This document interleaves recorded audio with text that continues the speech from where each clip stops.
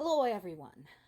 I hope all of you had a happy and safe New Year celebration. Not something I can say about my parents because the last time I spoke to them, the air raid sirens were still going off. They still had electricity at the time, so that was cool. But yeah, the waves of attack were still going on. And of course, in the best hypocritical tradition, Putin has called Ukraine's retaliation against Belgorod um, a terrorist attack. But what he's been doing in Ukraine for the last 2 years is a special military operation. You're getting this down, right? Yeah. So, by the way, as more details emerge about what actually happened in Belgorod, here's what we know.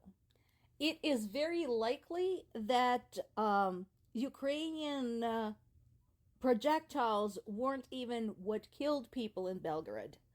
It's just that Russia's air defense systems are so inept, people who operate them are so inept, that they shot down the projectiles over the heavily populated areas.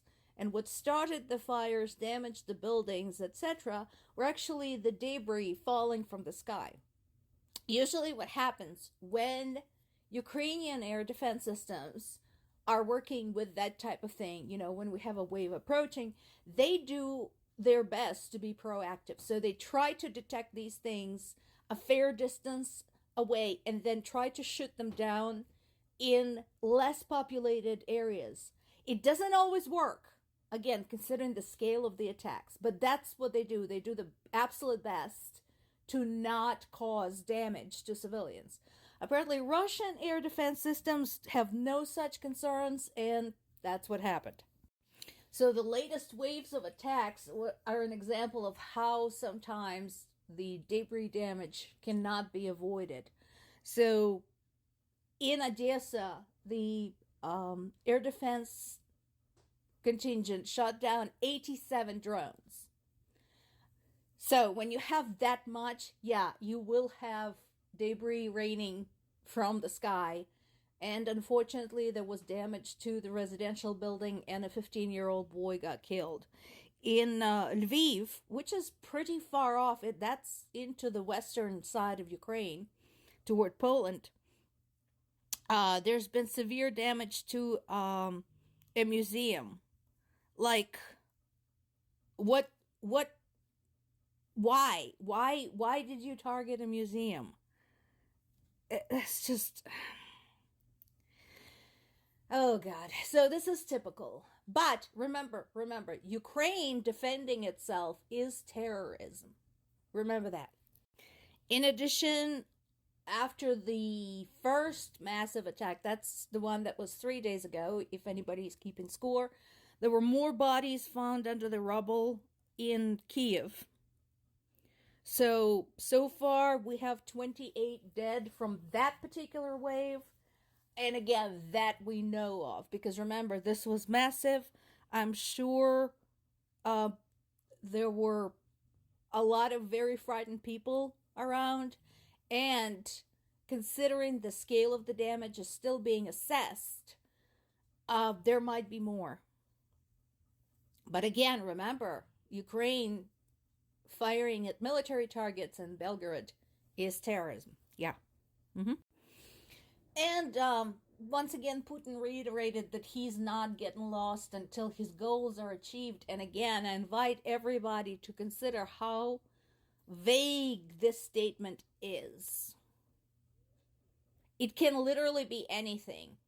He might say he's aiming to occupy the rest of the regions that are now partially occupied, or occupy all of Ukraine, or hack off a piece of Poland, or take in more of the Baltic states.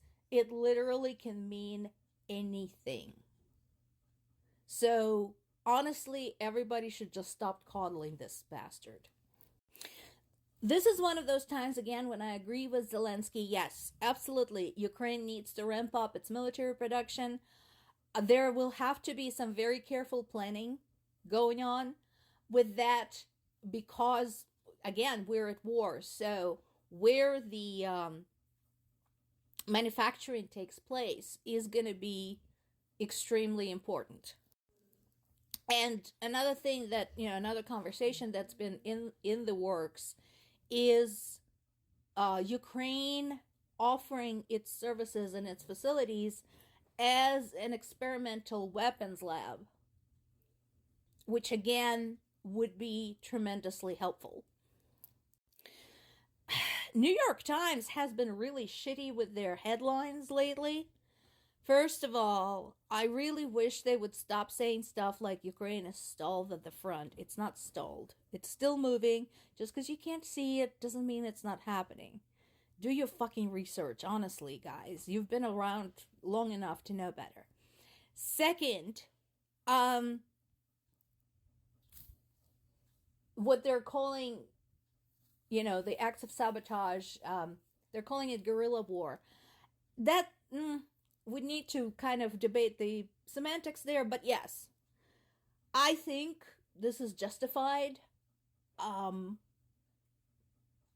We don't know, as of right now, how many undercover groups are functioning in Russia.